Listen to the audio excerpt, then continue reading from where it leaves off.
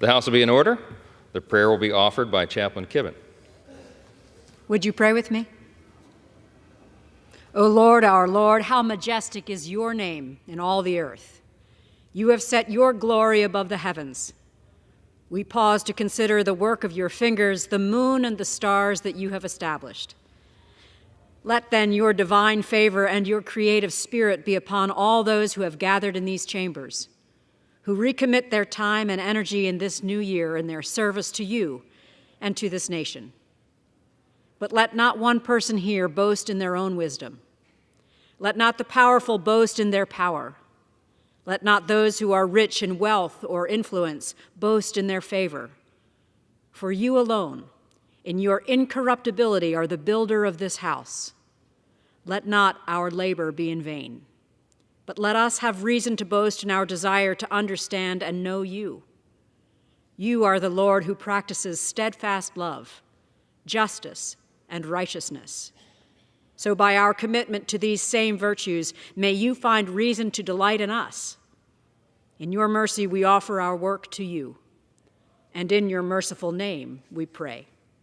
Amen. Amen. A call of the House is ordered to ascertain the presence of a quorum. Members will record their presence by electronic device.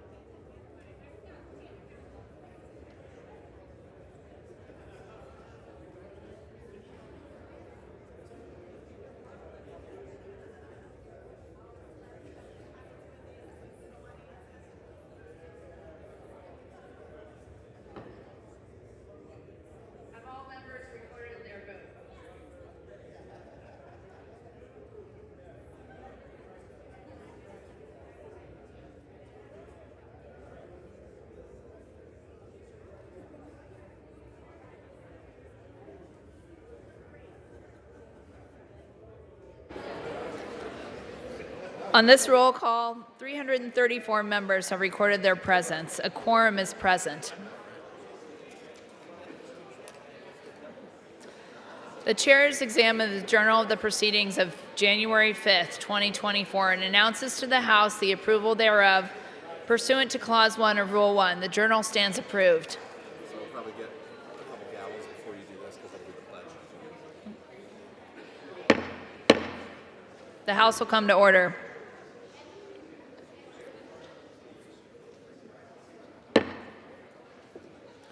The Pledge of Allegiance will be led by the gentleman from North Carolina, Mr. Davis.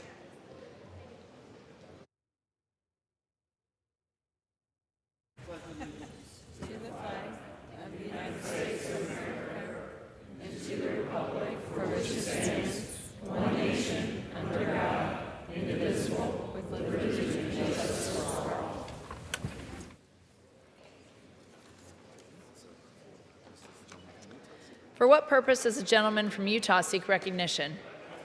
Speaker, I send to the desk a privilege resolution and ask for its immediate consideration. The clerk will report the resolution. House Resolution 948, resolved that a committee of 2 members be appointed by the Speaker on the part of the House of Representatives to notify the President of the United States that a quorum of the House has assembled and the House is ready to receive any communication that he may be pleased to make. Without objection, the resolution is agreed to, and the motion to reconsider is laid on the table. Pursuant to House Resolution 948, the chair appoints the following members to the committee to notify the President of the United States that a quorum of the House has assembled and that the House is ready to receive any communication that he may be pleased to make. The gentleman from Louisiana, Mr. Scalise, and the gentleman from New York, Mr. Jeffries. For what purpose does the gentleman from Utah seek recognition? Madam Speaker, I send to the desk a privilege resolution and ask for its immediate consideration. The clerk will report the resolution. House Resolution 949, resolved that the Clerk of the House inform the Senate that a quorum of the House is present and that the House is ready to proceed with business. Without objection, the resolution is agreed to, and the motion to reconsider is laid on the table. For what purpose does the gentleman from Utah seek recognition? Madam Speaker, I send to the desk a privilege resolution and ask for its immediate consideration. The clerk will report the resolution. House Resolution 950, resolved that unless otherwise ordered, the hour of daily meeting of the House shall be 2 p.m. on Mondays, noon on Tuesdays, or 2 p.m. if no legislative business was conducted on the preceding Monday, noon on Wednesdays and Thursdays, and 9 a.m. on all other days of the week. Without objection, the resolution is agreed to, and the motion to reconsider is laid on the table. For what purpose does the gentleman from Utah seek recognition? Madam Speaker, I ask unanimous consent that the order of the House of January 9th, 2023, providing for morning hour debate be extended for the remainder of the 118th Congress, except that House Resolution 950 shall supplant House Resolution 11. Without objection, so ordered. The chair lays before the House a communication. The Honorable, the Speaker, House of Representatives, sir. I hereby submit my resignation, effective at the end of the day, January 21st, 2024, as United States Representative of Ohio's 6th Congressional District. It has been an honor and privilege serving the people of Eastern and Southeastern Ohio and the U.S. House for the last 13-plus years. The hard-working men and women who call the 6th District, old and new, home, from Youngstown to Portsmouth, from St. Clairsville to Zanesville, are proud and patriotic. But they are too often disregarded by America's elites, be they political, media, corporate, and/or academic. These blue-collar communities, like countless others in flyover country, were critical in building our great nation and will play a pivotal role in America's future. I am extremely humbled to have been repeatedly elected to serve them. Signed sincerely, Bill Johnson, Member of Congress. The chair lays before the House a communication. The Honorable, the Speaker, House of Representatives, sir. I write to respectfully tender my resignation as a member of the Budget Committee, effective today. It has been an honor to serve in this capacity. Signed sincerely, Stephanie Bice, Member of Congress. Without objection, the resignation is accepted.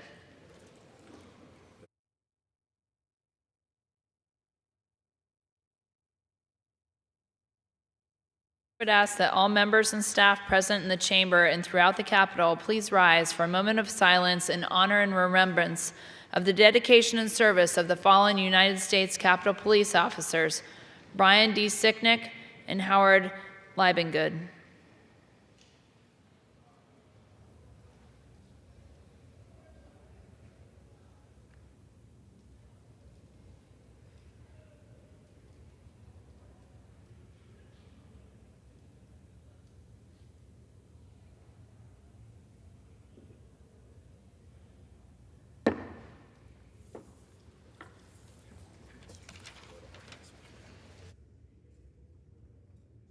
Entertain requests for 1-minute speeches. For what purpose does the gentleman from Pennsylvania seek recognition? Madam Speaker, I rise to address the House and ask unanimous consent to revise and extend my remarks. Without objection, the gentleman is recognized for 1 minute. Madam Speaker, today we celebrate National Law Enforcement Appreciation Day to recognize and thank the 700,000 men and women who make up the thin blue line. In my district, these dedicated professionals work around the clock to protect and serve our communities. It was President Ronald Reagan who said, "Evil is powerless if the good are unafraid." From responding at a moment's notice to calls for help to executing high-risk warrants, we rely on our police officers, our sheriffs, and our troopers to keep us safe. An outstanding example of this work is Police Chief Ron Camacho, who has been an exemplary leader for our young officers in his department. His message of mentorship, community policing, dignity, and respect have been instrumental in leading the Chambersburg Police Department, and I am grateful for his leadership. On this National Law Enforcement Appreciation Day, please join me in thanking the officers who have dedicated their lives to service. Their hard work, long hours, and personal sacrifices should never go unnoticed. Thank you, Madam Speaker, and I yield. For what purpose does the gentlewoman from California seek recognition? I ask unanimous consent to address the House for 1 minute and to revise and extend my remarks. Without objection, the gentlewoman is recognized for 1 minute. Mr. Speaker, I rise today to recognize the 65th birthday of the city of Walnut, California. On January 20th, 2024, the city of Walnut celebrates 65 years since its incorporation. A longtime ranching community, the Walnut area was primarily used for cattle and sheep grazing, as well as growing wheat, grapes, and fruit trees. Walnut has since grown into a diverse, successful city that I am proud to represent as part of California's 38th Congressional District. Walnut is beloved for its historic charm and traditions, such as the Walnut Family Festival and Winter Jam. From the iconic windmill in Suzanne Park to the wildlife sanctuary at Mount Sac, to the beautiful groves of walnut trees, to its wonderful senior center, the city of Walnut has much to offer residents and visitors alike. I wish a happy birthday to the city of Walnut. Thank you. For what purpose does the gentleman from Pennsylvania seek recognition? Mr. Speaker, request unanimous consent to address the House for 1 minute and revise and extend my remarks. Without objection, the gentleman is recognized for 1 minute. Thank you, Mr. Speaker. Mr. Speaker, I rise before you today to celebrate National Law Enforcement Appreciation Day.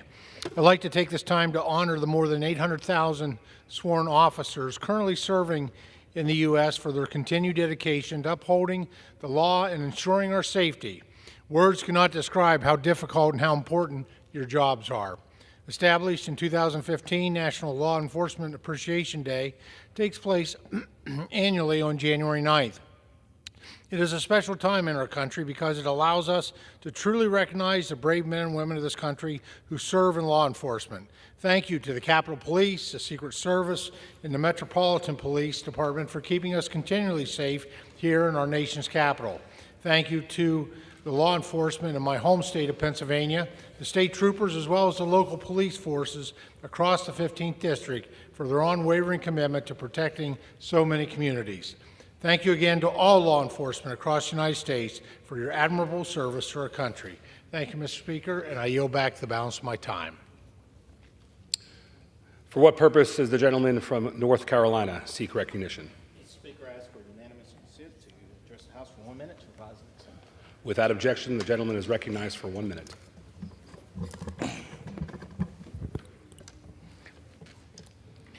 Mr. Speaker, my second trip to the southern border as a member of Congress was to Eagle Pass, hosted by the gentleman from Texas, Mr. Tony Gonzalez.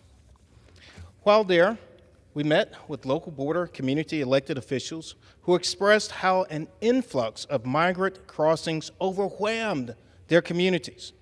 We toured the Eagle Pass port entry, where I saw firsthand field operations and the economic impact of the International Rail Bridge closure, a daily revenue loss of about $50 million.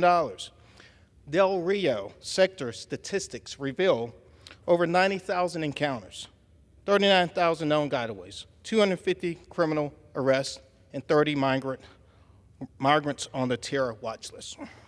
There's only one way to address this evolving situation: bipartisanship.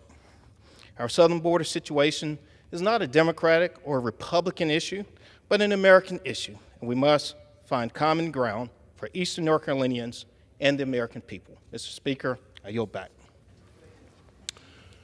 For what purpose does the gentleman from New York seek recognition? I ask to address the House for 1 minute and to revise and extend my remarks. Without objection, the gentleman is recognized for 1 minute. Mr. Speaker, today I rise to honor and remember a pillar of our community in Yorktown, Supervisor Tom Diana. Tom's life was a remarkable journey of service and dedication to his community. A proud graduate of Lakeland High School, Tom embarked on a path of public service that defined his life and legacy. Tom's career in law enforcement spanned several decades and included stints with the Putnam County Sheriff's Office, the Yorktown Police Department, the Cortland Police Department, and finally the Westchester County Police Department. His service was marked by an unwavering commitment to excellence, including as a K-9 officer. But his service extended beyond the badge as a member of the Yorktown Board for 7 years before culminating as town supervisor. He loved the job, and the town loved him. Last Monday, I was proud to be on hand for his swearing in. Tom talked about the importance of community and his commitment to serving a cause greater than himself, his love of Yorktown, and his appreciation to its residents for giving him the opportunity to serve. 4 days later, he was taken from us suddenly. Tom's loss has been felt profoundly, and we will miss his leadership, his infectious smile and laugh, and his optimistic and positive approach to governing. This morning, we laid Tom to rest, joined by his beloved wife, Donna, his daughters, grandchildren, and the beloved Yorktown community. We will always cherish Tom for his warmth, his humor, and the profound kindness he extended to all. His legacy will continue to inspire us. Thank you, Tom, for your service, and may God watch over your family. I yield back.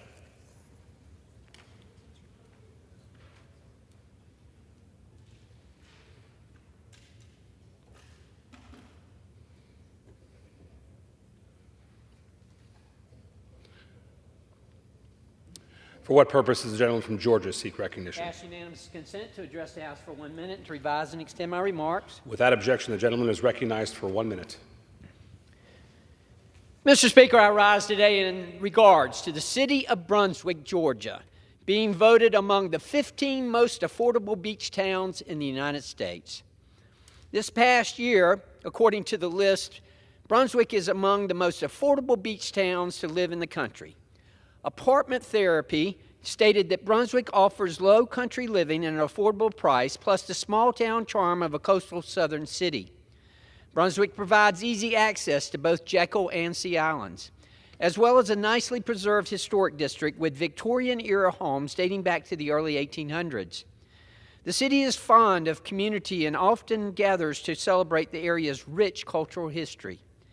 Brunswick plays host to a variety of festivals and events throughout the year while offering arts, music, unique cuisines, and so much more to get involved with. Thank you, Mr. Speaker, and I yield back.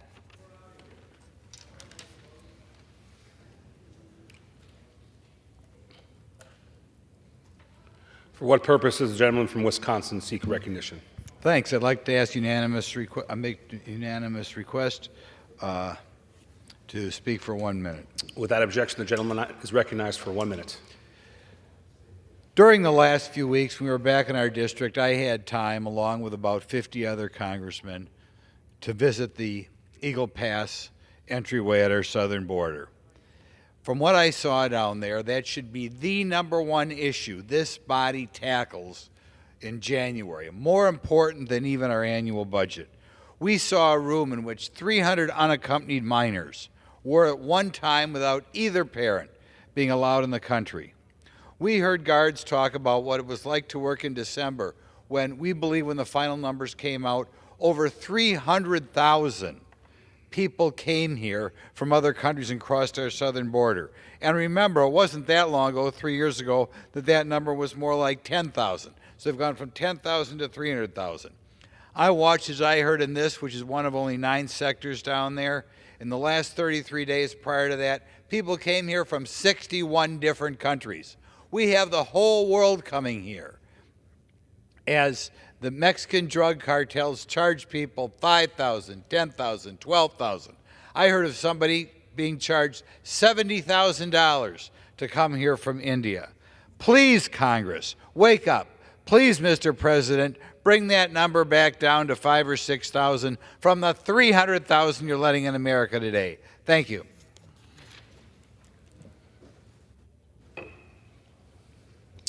For what purpose does the gentleman from North Carolina seek recognition? I ask approval to speak for the House for 1 minute, Mr. Speaker. Without objection, the gentlewoman is recognized for 1 minute. I ask unanimous consent to speak to the House for 1 minute, Mr. Speaker. Thank you. Mr. Speaker, I rise to recognize Ellen and Klein Church, the owners of Klein Church Nursery in Fleetwood, North Carolina. Ellen and Klein are humble, salt-of-the-earth people. Everyone who knows them can attest to this. Last year, their nursery was selected as a grand champion grower by the National Christmas Tree Association, and one of their North Carolina Fraser fir trees was featured in the Blue Room of the White House. Mr. Speaker, growing a Christmas tree of that quality takes a significant amount of time, a considerable amount of work, and unwavering persistence. Ellen Klein and their family are among the best that the North Carolina Christmas tree community has to offer. This is a fact. Here's to many more years of producing impeccable Christmas trees that everyone will enjoy. I yield back.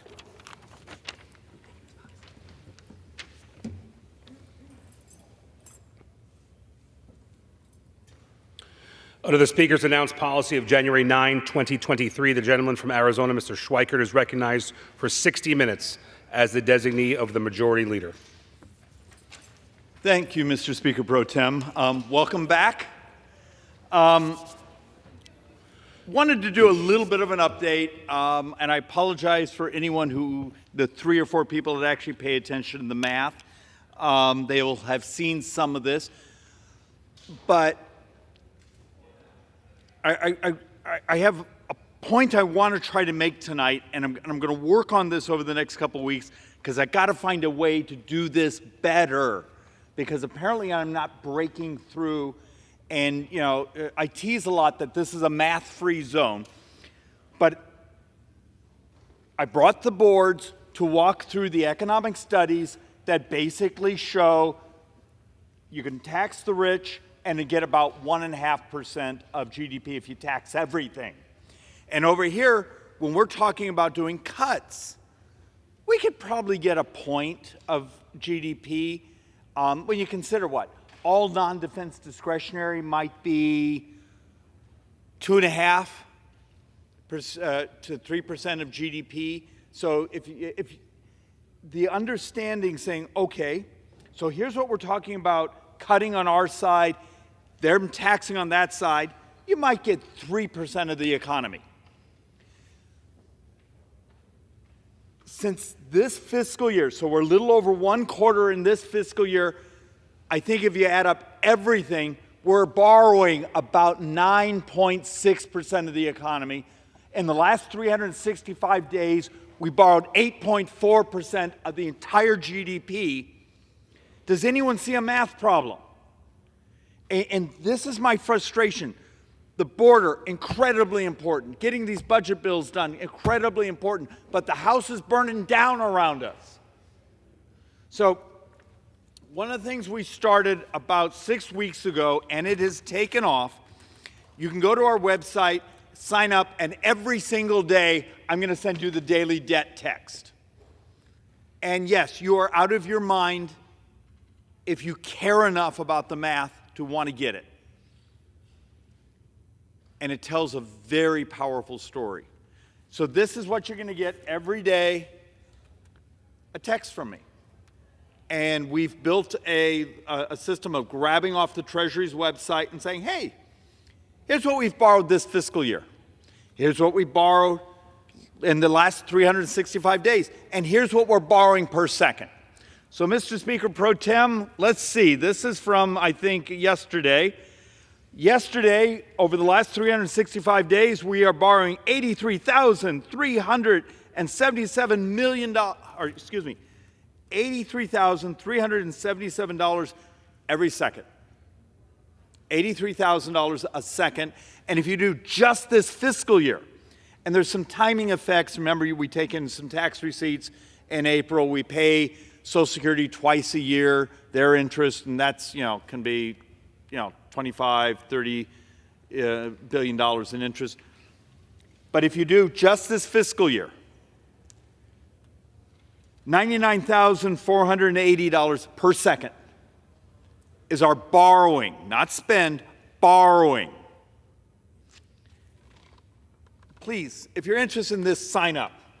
But you got to understand, and been trying to make the point, the world changed when interest rates started to go up. The world changed over the last couple of years when healthcare costs went up fairly dramatically, and they continue to, and most of that's demographics. We like to pretend, it's things we can control. Unless you have a magic way for baby boomers not to get older, we need to deal with the reality of our demographics. So, Mr. Speaker, Social Security is our number one spend at $1,450 billion. Interest, gross interest, total interest, this fiscal year is projected to be over $1 trillion, making it the number 2 spend in our government. Interest. Number 3, Medicare. And number 4, defense. And a couple of these numbers may actually even go down a bit on things like defense, not Medicare, with some of the budget negotiations that are being finished up right now. But when was the last time you actually had anyone say, hey, did you know defense is actually number 4, not number 2, not number 1. It's number 4 in our spend. Interest is number 2. If I had said that a couple years ago, you would have thought I was out of my mind. How do I get my brothers and sisters here to pay any attention that we're knifing each other? And I just showed you a chart that says over the last 365 days, we're borrowing, I think, $7 billion, $200 million a day. A day. And we've been having fights for months now on things that are, $6 billion? That's a lot of money. It's a tremendous amount of money. But understand we're borrowing over $7 billion a day. And just for those who don't like math or charts, we produced a pretty chart where you can see little bars that basically saying, look, here's Social Security. The reason I made this chart is you'll often hear those who are trying to spin you on these numbers. Well, we only spent this in interest, and the other interest we paid to ourselves. It's because we borrowed the money.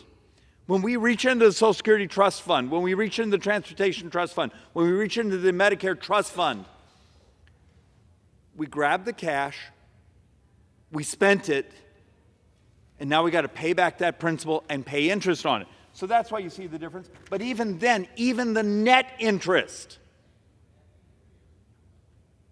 looks like it's going to be the second biggest expense in U.S. government this year. That's a stunning numbers. And look, this one's a little hard to read, and I have several charts here that we may go through very quickly because they're awfully technical. But we're just trying to make the point, if you look at this line here, all I'm trying to make the point is we benefited, we lived in a fantasy land for a decade with artificially low interest rates. Reality's come home, and we're not intellectually prepared to deal with reality. And that's what this chart is telling you, is when you start to look at this, that's how we're about to have a $1 trillion interest coverage cost this year. So let's actually have a little bit of fun here. In a sort of sadistic way, we hit $34 trillion last week. And a number of members here did their little, social media. It's horrible, it's this and that. Mr. Speaker, if I were to ask our brothers and sisters, how many days before we go from 34 trillion to 35 trillion? Who here? Come on, it's simple math. If you're borrowing about $7.3, $7.4 billion a day, it's about 140 days. In 140 days, you get to rewrite that same social media post. Just remove the 34 and make it 35. And then in 140 days after that, do it again, because there'll be another $1 trillion. We are burning down, and it's not what we often debate behind these microphones. Waste and fraud. Yeah, huge deal. Got to go after it. Foreign aid. Get rid of every dime of foreign aid. It's about 8 days of borrowing. Tax the rich. Great. I'm going to show you, you can get about 1.5 of GDP. Last year, you borrowed 8.4% of the entire economy. Unless we're going to grow up here and start to understand policy. I've done presentation after presentation here showing the biggest thing you could do for America on debt and deficits and on the morality, and I get the crap kicked out of me for telling the truth, is take on obesity. Take on diabetes. Change the cost of healthcare. Adopt technology to change the cost of government. Be willing to disrupt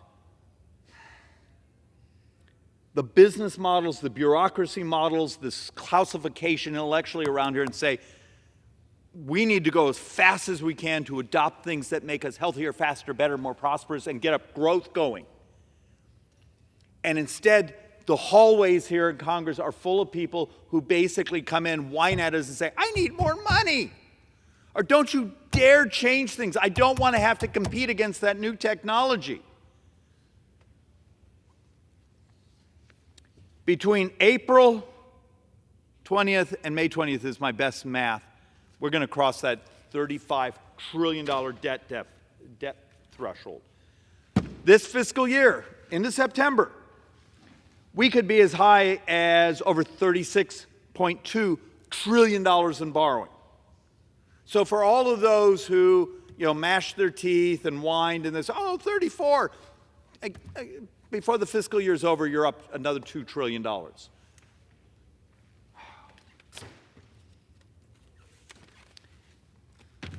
And the speed of this one, I'm being a little bit of a jerk on, but I think it's deserving.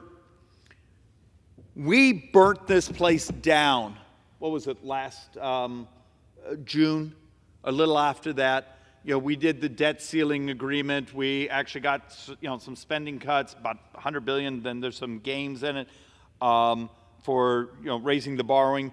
And then a little while after that, we removed our speaker. We basically weren't able to do anything for months. What was the debt of the United States? What was our debt when we did that debt ceiling deal.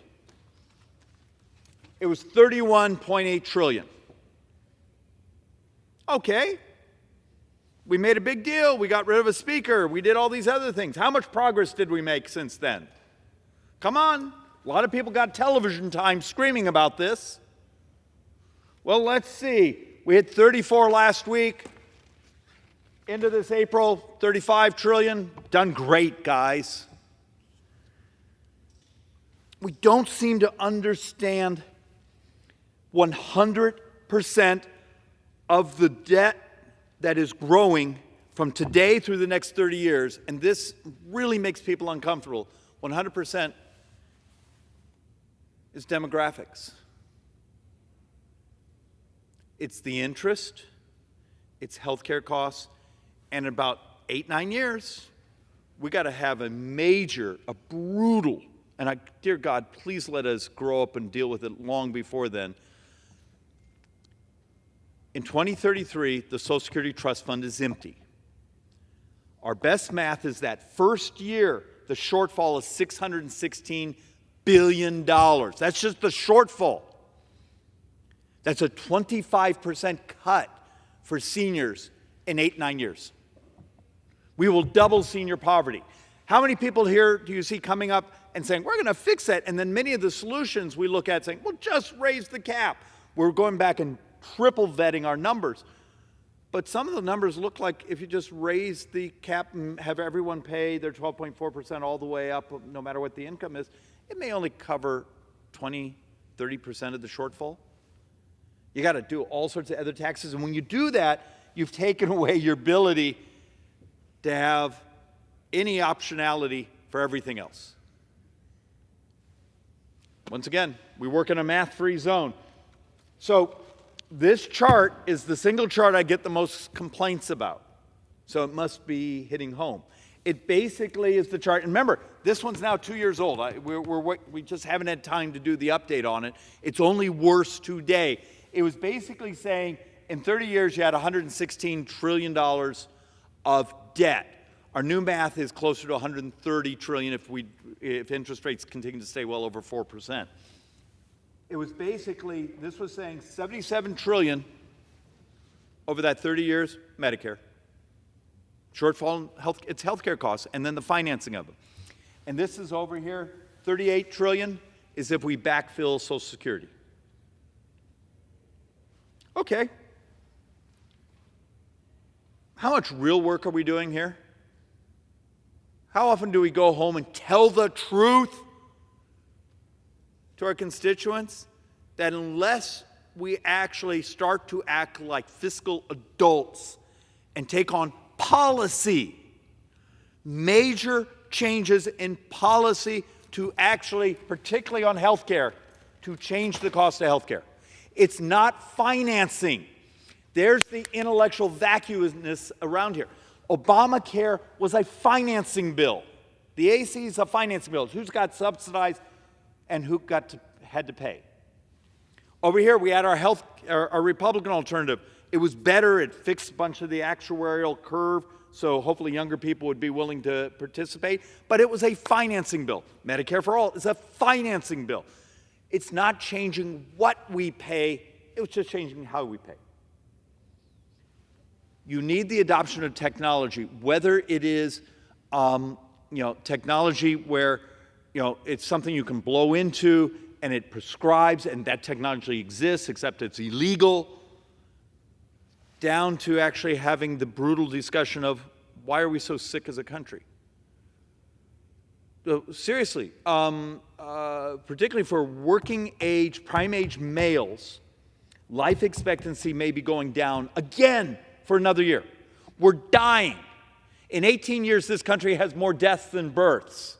Remember, our fertility rates last year, I think, fell to 1.64, 1.65. It's math, but there's things we can do. There's ways to make this work. But, dealing with the conversations, well, we just need to raise taxes on rich people. And then you show the charts from their own studies and they just stare at you saying, well, I can't actually say that because that's not what I've been telling my voters. I've offered amendments here this fiscal year to remove every dime we send to entities that have their own taxing authority. Those are brutal amendments. But about 30 to 40% of all non-defense discretionary is money that we borrow and send to cities, states, counties that have their own taxing authority. They'll scream if that passes. But it's intellectually honest. Should we borrow money to send it to entities that have their own taxing authority? Because understand, every dime of defense, every dime of what you think of as government, the FBI, the Supreme Court, my salaries, everything else, it's all borrowed. And it looks like where we're heading right now, which is part of the punchline of tonight's presentation, every dime of defense, every dime of non-defense discretionary, and maybe $300, $400, $500 billion of Medicare will be borrowed this year.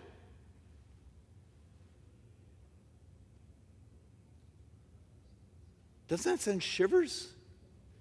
Am I the only idiot here who actually reads these numbers and then reads them over and goes back again and then goes and has another cup of coffee and goes back and reads them again and goes, my God, why? But yet you talk to the television producers, well, that's not interesting. The public doesn't really care about math. Well, they will when their pensions collapse. This is no longer about your grandkids, your kids. This is about your retirement being screwed over. And just for the intellectual opportunity here, I grabbed and we produced this slide. Okay, United States right now is sitting about 4% in our 10-year. Why? What's going on in the world when Greece has a lower interest rate on their 10-year sovereign debt than we do? Italy's lower than the United States. Portugal's lower. Spain's lower. I mean, the entire Southern Europe average is 3.31. I think that we did this math as of yesterday. And the United States is around 4. I grew up in a household that actually my father was wonderful teaching me about stock markets and bond markets and those sorts of things. Some kids on Saturday went to the ball field. I went to the stock exchange with my father. It's just what we did. Bond traders and the data they work with are some of the smartest people you can possibly imagine. What's the bond market telling us when the U.S.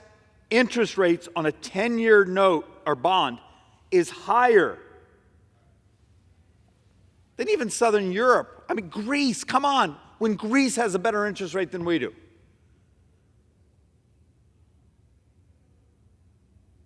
What do they know that we don't, or that we're not willing? Actually, I have a different way to phrase it. We know it, we're just not willing to digest it because it's uncomfortable, because it would force us actually to do really hard, difficult stuff. And this place is barely capable of,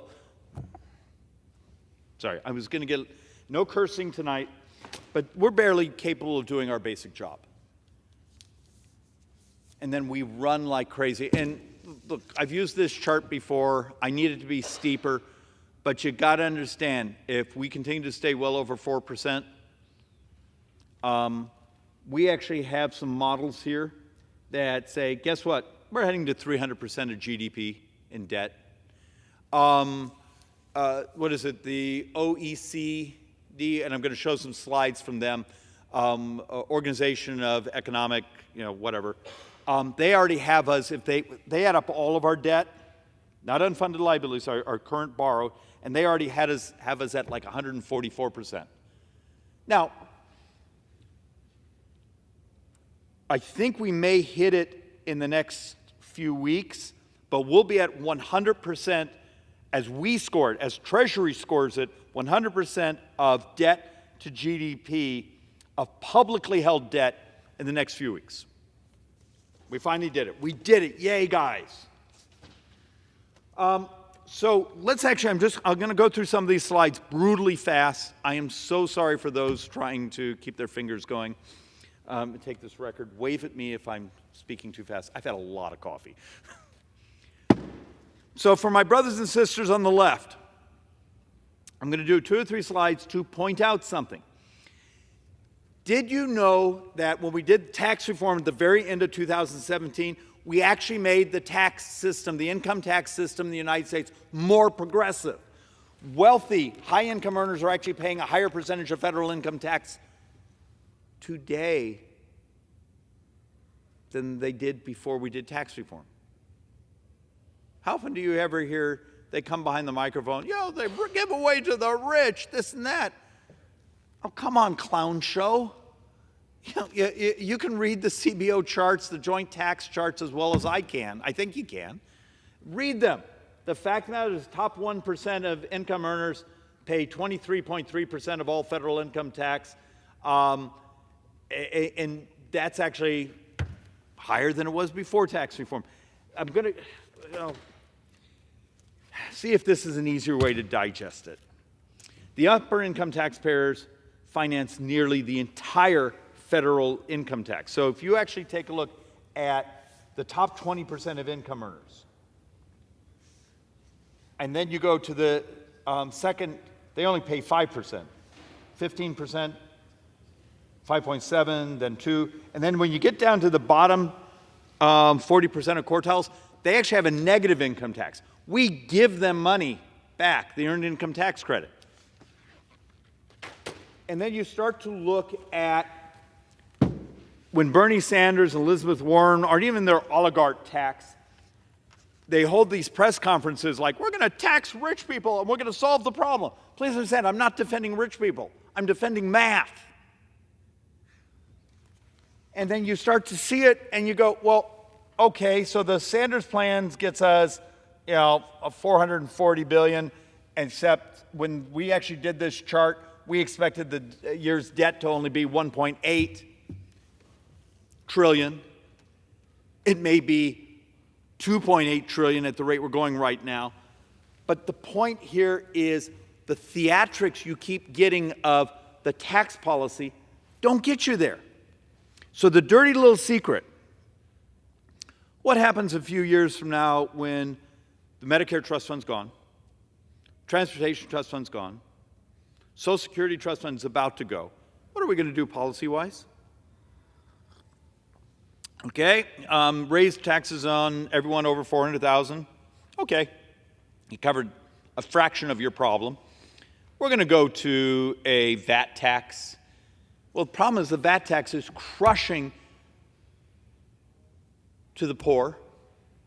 It's crushing to the working middle class. It's not progressive, but it's really efficient in taking money out of people's pockets. You can do that or do what we've done the last 40 months, which is let inflation go, because inflation, understand, the last 40 months or so, we've actually had one of the, probably the biggest tax hike in modern history, and no one knew they got it.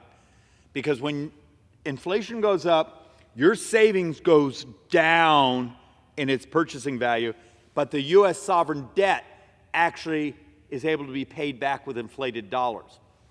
Why do you think so many governments, when they get themselves upside down in debt, set off inflation? It's a way to tax you and not even tell you we were doing it. I don't think anyone wants more. Okay. Just to make a point, because this one's always, and I've done this before, and I realize it's like talking to a wall.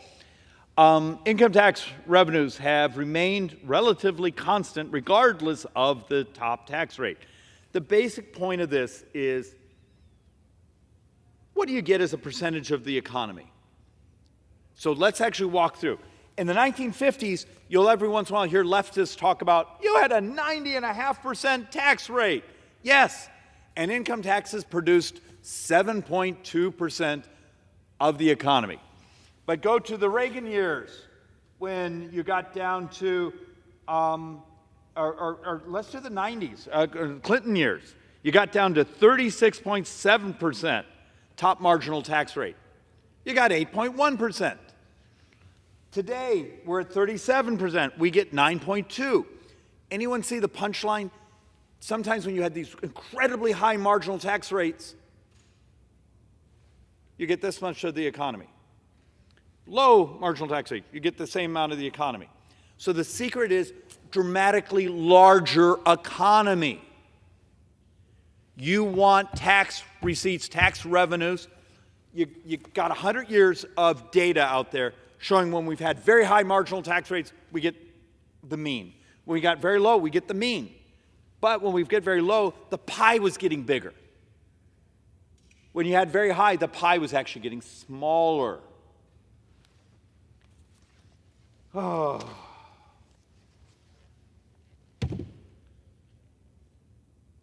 This is just a chart basically saying the same thing I just walked you through.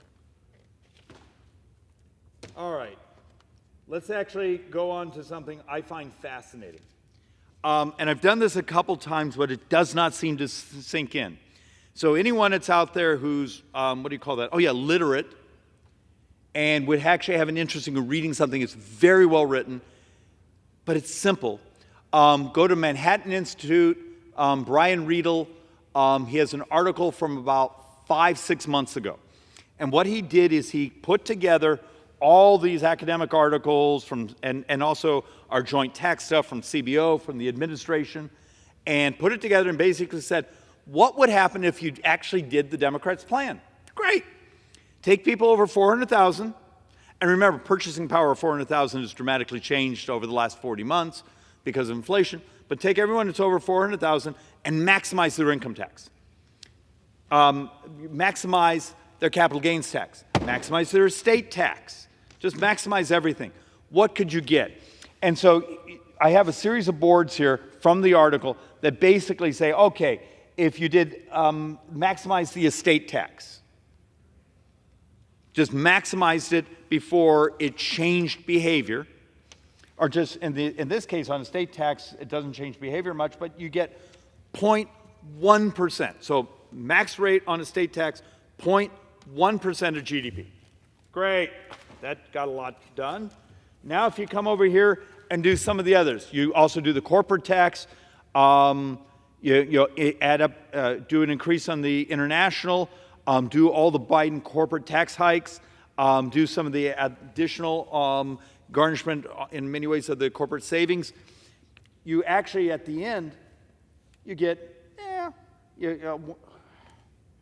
another 1.5% of the economy in taxes.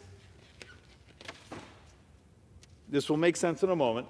And then you go on to, so it's referred to as the maximum sustainable revenue from taxing the rich. And now you sort of walk through everything and then add them all up. And what's the punchline? Well, the punchline comes down to this as I get my board straight. Total amount, raw number, you get about 2.1% of the economy in new taxes.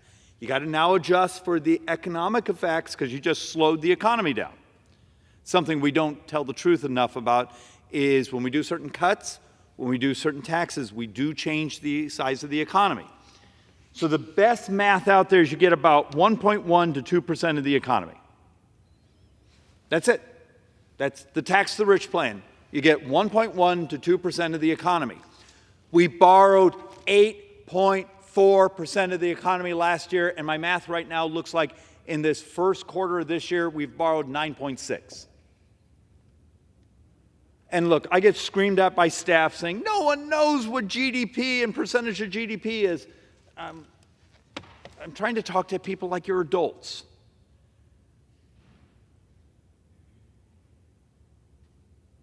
The tax side doesn't work.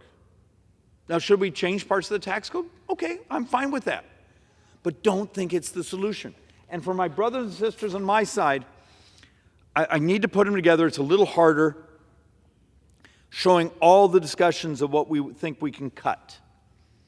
And I come up with like a point, maybe a 1.25% of GDP. Now, you got to understand, I'll do a reference so this makes sense. Back last June, when we did the debt ceiling deal, there was $100 billion that was going to be removed from non-defense discretionary. So you're functionally going from $700 billion to 600 some. Bloomberg Analytics, which has really good economists and really good data systems, they spent a fortune building this model, came back and said, yeah, you're going to actually, in 2024, if you execute that, yeah, you're going to save the $100 billion, but you'll also slow down the economy by like 0.5%. Something we actually don't talk about is big boy economics.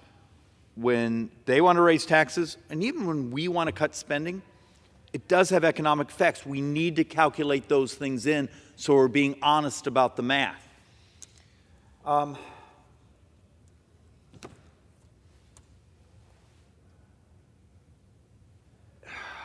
One last board, Mr. Speaker Pro Tem.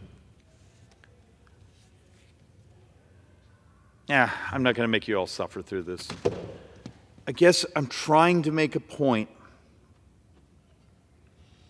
There's hope. There's a way I can make this work. But we got to do it all together. I mean, we couldn't even organize lunch if we wanted to. There is a way to stabilize the debt to GDP, but it has to be done through policy. Those who look you in the eyes and say, I can cut it and get there, I can tax and get there, they need to own a calculator, and I can give them some great literature to read. But there's policy out there, and policy's hard because you've got to be willing to look a number of the army of lobbyists, many of our constituents, many of the people here, and say, there's a reason you didn't go to Blockbuster Video last weekend. Technology creates revolutions. Instead, now you hit a button at home and you stream. Those changes are already here that could dramatically change the cost of healthcare, dramatically change the cost of what it is to protect the environment, dramatically change the cost of building transportation. The technology, the engineering is here. But the laws we've passed, the way we reimburse things, we're still defending the old model.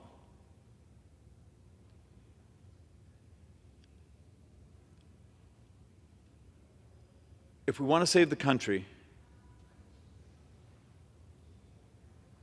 we have dozens of things that are incredibly important. But I will argue we cannot survive a few more years of every 140 days borrowing another $1 trillion. If you want to understand what takes republics down, it's ultimately when they have to inflate their currency, when they have to crush anyone with savings, destroy your kids' future, your retirement, and that's where we're heading to. There's hope, but every day we sit on our hands here, that hope gets a bit dimmer. Mr. Speaker Pro Tem, with that bit of joy, I'm going to yield back.